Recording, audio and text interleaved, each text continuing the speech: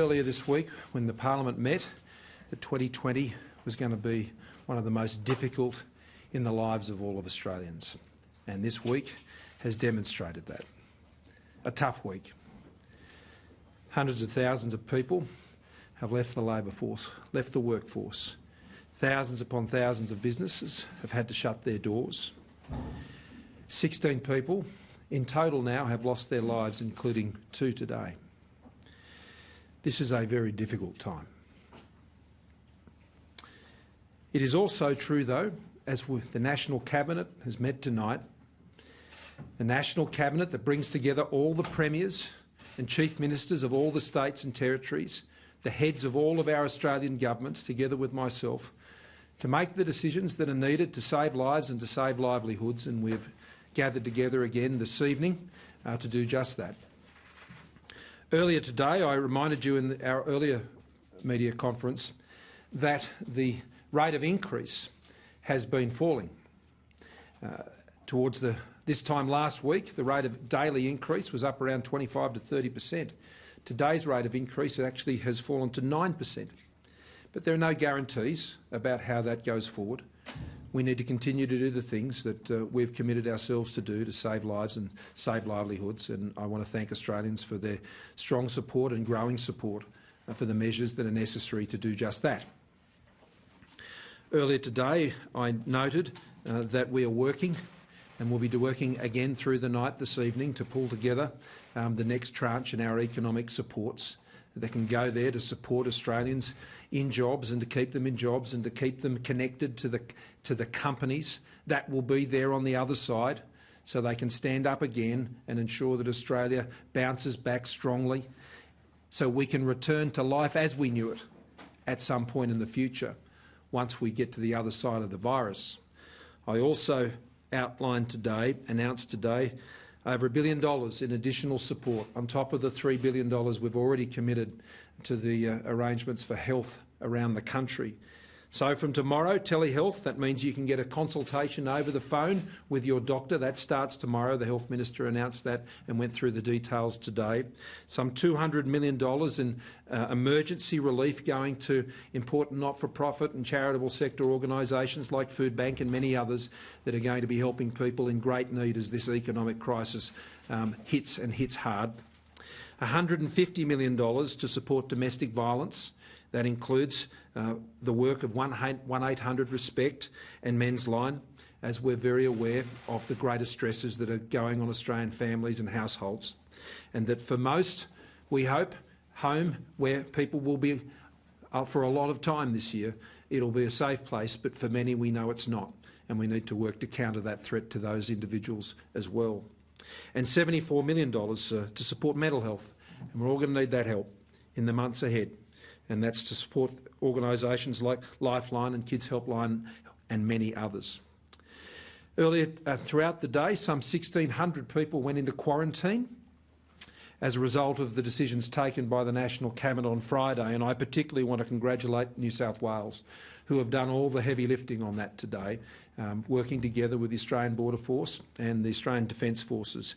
That was an extraordinary effort to put that in place from midnight last night, and I congratulate Premier Berejiklian and everyone who has been involved, Commissioner Mick Fuller, the whole team in New South Wales, working so well with us today to ensure we can put those arrangements in place. And to those who may be even watching this now from inside those hotels where you're self-isolating, I know this is a terrible inconvenience for you, but it is necessary to save lives, and we thank you for your cooperation this evening. New technology we've put in place today is going to help us as a country get the messages and information we need to do the right thing to save lives and to save livelihoods. The WhatsApp message service I referred to earlier today has now had 291,000 people go onto that arrangement, and you can get on there by entering into your internet browser oz.gov.au/WhatsApp. Some 1.25 million messages have been sent over the course of today. The coronavirus app, which I mentioned earlier today, is up on the app platform and for Apple app platform and Android and a new registration feature is now in place on that app. There have been some 482,000 downloads on the coronavirus app today. And I want to encourage every Australian, if you've got a phone, you need the app. Go on there and make sure you download that app and go on the internet browser and get access to that WhatsApp service so you can get the messages you need to support your decisions for you and your family. That coronavirus app has that also that new registration feature about self-isolation. That helps us get information to you and supports the work that we're doing in managing the virus, and I'd encourage you to look at that this evening and register if you please could, and I'd ask media to support us by publicising both the coronavirus app and the WhatsApp message service. Tonight the National Cabinet met to consider a series of issues, and they related principally, firstly, to the issue of public gatherings. Now, you'll be aware of the arrangements that are already in place, that gatherings are currently restricted to 10 persons, except for members of your household, and for the purposes of employment and education, which should also comply with the requirements for working and learning from home and social distancing principles. So up until now, that has been a restriction of 10 people in a gathering, in an outdoor area or in a shopping centre or anything like this. The advice now is that, and I should stress that that 10-person limit, that is enforceable now in most states and territories and can carry very significant on-the-spot fines. That advice has now been strengthened to say that it should be reduced to 2 persons in public spaces and other areas of gathering. States and territories will determine whether they proceed to make this an enforceable limit in the same way that the 10-person limit is already being enforced, but agreed that in all cases this is the strong advice of all states and territories, that unless it's your household, the family, those who are living at your residence, that being with only one other person in as a gathering outside is what is required. That provides, importantly, for those who may be getting daily exercise, particularly for women, that they wouldn't be required to walk on their own, and they'd be able to walk with another person. In addition, in public areas, public playgrounds, outside gyms and skate parks will be closed as from tomorrow, and boot camps obviously will be reduced to 2, which doesn't really make it a boot camp, that makes it a private session with your trainer for those who are accessing those services. For individuals, the strong advice that we are endorsing again today as a National Cabinet, and this follows the advice we have been providing, but we felt it was essential to reinforce this tonight. This is the public health advice. You must stay at home except for the following reasons. A. Shopping for what you need, food and other essential supplies that enable you to remain at home and to do that shopping as infrequently as possible. B. For medical care or compassionate needs. C. To exercise in compliance with the public gathering rules that I've already outlined. And D. For work and education if you cannot work or learn remotely. Also, we are going further this evening on the basis of the advice that there is strong advice, this is not a compulsion, this is strong advice, that people aged 70 and over should stay at home and self-isolate for their own protection to the maximum extent practicable. They are not self-isolating for the purpose that that our health advice is that they consider they carry or are carriers, but this is for their own protection to limit their interaction with others in the community. This does not mean that they cannot go outside. They can go outside and be accompanied by a support person for the purposes of getting some fresh air, some recreation, but they should limit contact with others as much as possible. These arrangements should also apply to those with chronic illness over 60 and Indigenous persons over the age of 50. Now, the National Cabinet also considered this evening issues relating to commercial tenancies as well as residential tenancies, and they agreed a series of principles which I will release through the statement. The most significant of those is that state and territories will be moving to put a moratorium on evictions of persons as a result of financial distress if they are unable to meet their commitments.